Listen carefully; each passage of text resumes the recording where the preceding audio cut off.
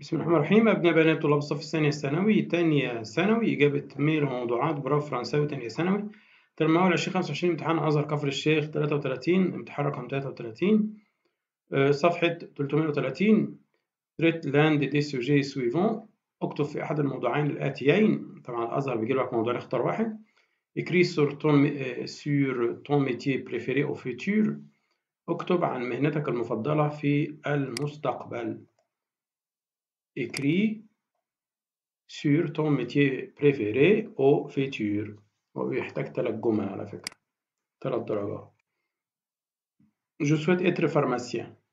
Je souhaite أتمنى أكون صيدلي. Il travaille à la pharmacie يعمل في الصيدلية. Il vend des médicaments يبيع الأدوية. Il est serviable خدوم et sociable اجتماعي. Il aime son métier بيحب مهنته. نقول تاني.